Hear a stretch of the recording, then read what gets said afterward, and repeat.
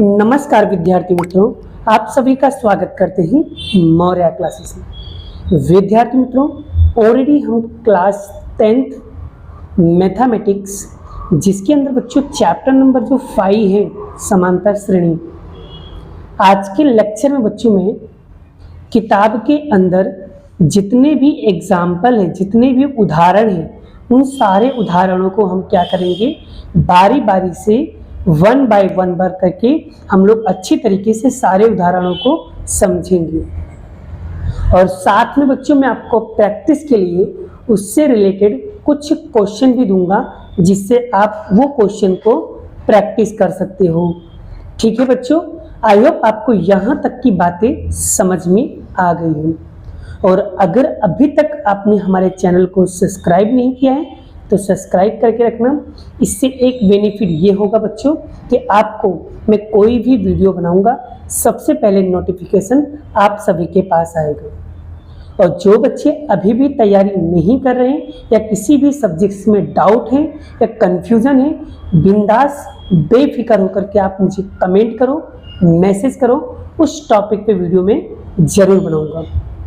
ठीक है। और बेटा मैं आपको यहाँ पर पूरा का पूरा कॉन्सेप्ट वीडियो बनाता हूँ, यानी कि आपका कोई भी सवाल मैं चलाऊंगा, डेफिनेटली कहता हूँ, गारंटी देता हूँ कि एक ही बार में आपका कॉन्सेप्ट क्लियर हो जाएगा। तो चलिए आज हम इस किताब के उदाहरण करते हैं। तो आज के दिन बच्चों हम लेने वाले हैं उदाहरण नंबर 1। कौन सा क्वेश्चन लेने वाले बच्चों? उदाहरण नंबर 1। तो चलिए शुरुआत करते हैं बच्चों। चलिए बच्चों, उदाहरणों को सीखने से पहले इस चैप्टर के थोड़े बहुत बेसिक आपको पता होना चाहिए, जिससे आपका कॉन्सेप्ट क्लियर हो जाएगा।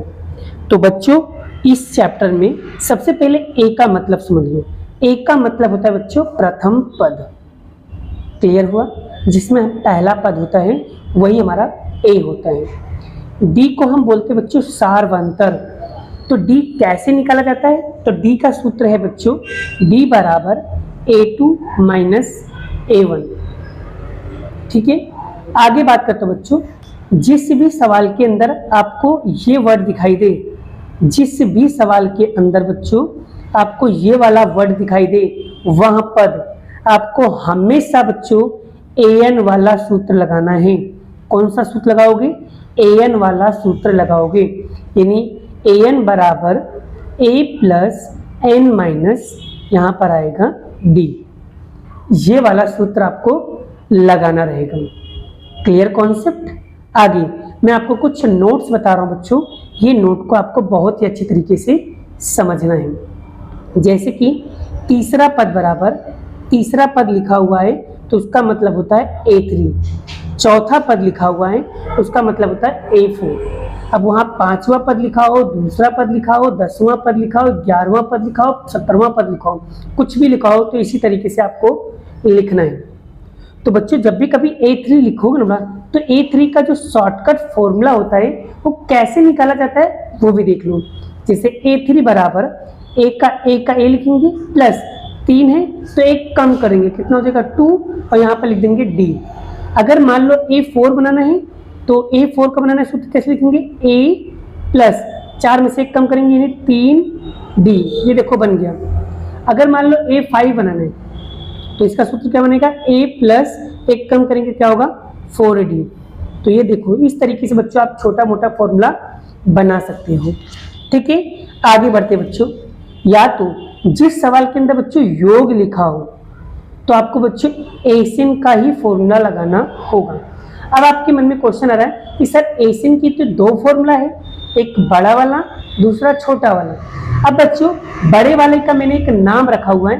बड़े वाले को हम कहते हैं हस्बैंड और छोटे वाले को कहते हैं वाइफ, यानी ये वाइफ वाला सूत्र है और ये हस्बैंड वाला सूत्र है। तो हस्बैंड वाला सूत्र कब लगाने का और वाइफ वाला सूत्र कब लगाने का? जब सवाल के अंदर बच्चों योग लिखा हो तो आपको ये वाला सूत्र लगाना है। तो ऐसे दोनों में से कोई भी लगा सकते हो बच्चों, आपका उत्तर आएगा।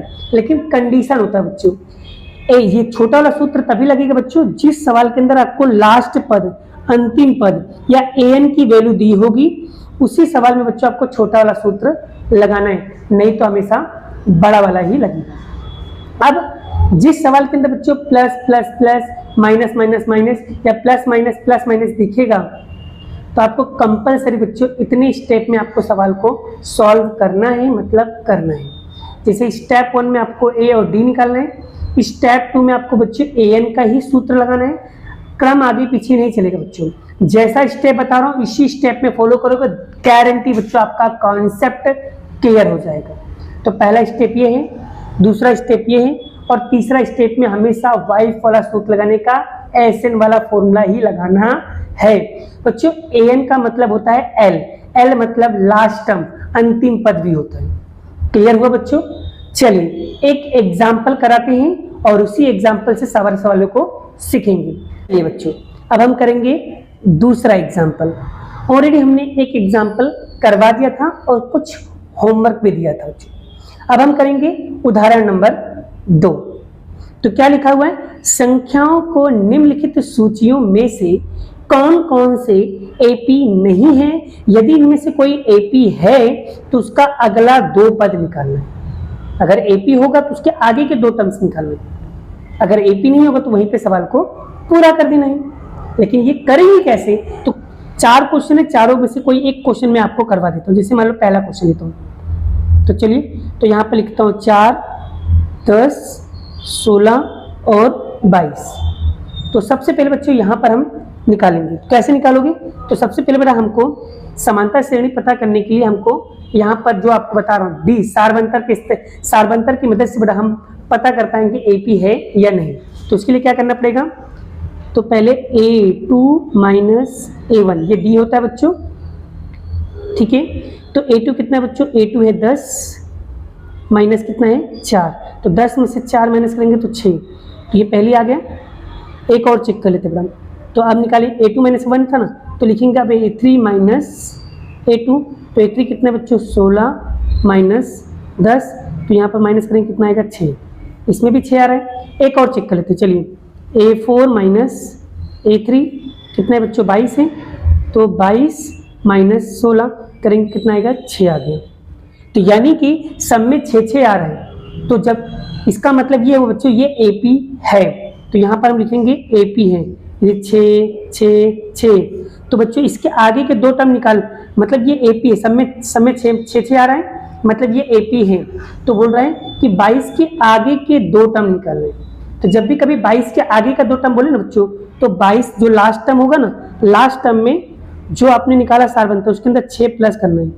तो बच्चों 6 प्लस करो कितना आएगा 28 आएगा। तो यहाँ पर आगे का एक पद हो गया 28। फिर क्या करेंगे, जो आएगा लास्ट टर्म 28 आया, तो 28 में बच्चों 6 प्लस करेंगे, तो 28 में 6 प्लस करोगे तो कितना हो जाएगा, बच्चाओ जल्दी बताओ मुझे। 28 में मुझे अगर 6 प्लस करोगे, 28 के अंदर 6 प्लस करो कितना हो जाएगा 34 हो जाएगा। तो यहाँ पर आ जाएगा 34। इसका मतलब ये है ये एपी है, और अगर एपी होगा तो उसके आगे के 2 टर्म निकालना रहेगा। आई होप बच्चों आपको ये टॉपिक काफ़ी अच्छी तरीके से समझ में आ गया।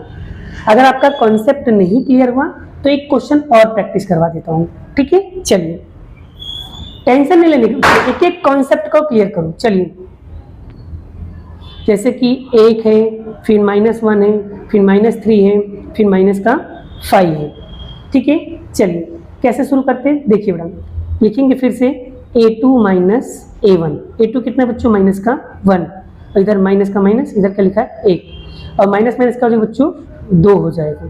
चलिए अब वैसे यहाँ पर लिखेंगे A3 माइनस यहाँ पर आएगा A2। A2 कितना बच्चों -1 है, A3 है माइनस का 3 है, तो यहाँ पर माइनस का 1 माइनस माइनस का हो जाएगा बच्चों प्लस, तो इसमें से इसको माइनस करेंगे बच्चों क्या आएगा प्लस का 2 आएगा। आगे फिर निकालेंगे A4 माइनस A3, तो A4 कितना है बच्चों, A4 कितना है यहाँ पर A4 है -5, और A3 है -3, तो -5 क्या होगा माइनस माइनस प्लस, तो यहाँ पर आएगा बच्चों -2। बच्चों यहाँ पर मैंने मिस्टेक कर दिया था, A3 बोला था, A3 कितना है बच्चों -3 है, तो यहाँ लिखेंगे -3, और A2 कितना है 1 है, तो ये माइनस है, माइनस माइनस क्या होगा प्लस, यहाँ पर 1 हो जाएगा, यहाँ पर 3 हो जाएगा। इसमें से माइनस करोगे तो यहाँ पर क्या आएगा, माइनस का 2 आएगा। मतलब ये भी आंसर क्या है, सब में माइनस का 2 आ रहा है। तो मतलब इसके आगे के दूसरे पद को अगर निकालना होगा तो कैसे निकालोगे। तो लास्ट टाइम कितने बच्चों, माइनस का 5 है, उसमें माइनस करेंगे, उसमें ऐड करेंगे बच्चों, ऐड करेंगे हम माइनस का 2, ऐड करेंगे माइनस का 2, तो कितना हो जाएगा बच्चों, यहाँ पर माइनस का 7 हो जाएगा। ठीक है, तो यहाँ पर माइनस का 7, फिर 2 ऐड करोगे तो माइनस का 9 हो जाएगा। इस तरीके से बच्चों हम आगे के 2 टर्म्स को निकाल सकते हैं। आई होप आपको ये टॉपिक भी काफ़ी अच्छे तरीके से समझ में आ गया। और इसकी तरफ से भी मैं आपको क्वेश्चन दे रहा हूँ बच्चों, आपको ये बाकी के 2 क्वेश्चन आपको सॉल्व करना है। और अगर वो हो जाए बच्चों तो उसके बाद आपको यहाँ पर सॉल्व करना रहेगा बच्चों ये वाला क्वेश्चन नंबर 4 है। इसके अंदर इतने सारे क्वेश्चन है, आप कोई भी क्वेश्चन को प्रैक्टिस कर सकते हो। और इनमें से भी कोई क्वेश्चन ना आए तो मुझे मैसेज करो, कमेंट करो, उसके ऊपर वीडियो में जरूर बनाऊंगा। आई होप आपको ये टॉपिक, ये कॉन्सेप्ट भी समझ में आ गया। बाकी का एग्जाम्पल नेक्स्ट वीडियो में, नेक्स्ट लेक्चर में कराऊंगा। अभी के लिए इतना ही, बाय बाय। जय श्री कृष्ण, राधे कृष्ण की जय, जय माता दी दोस्तों।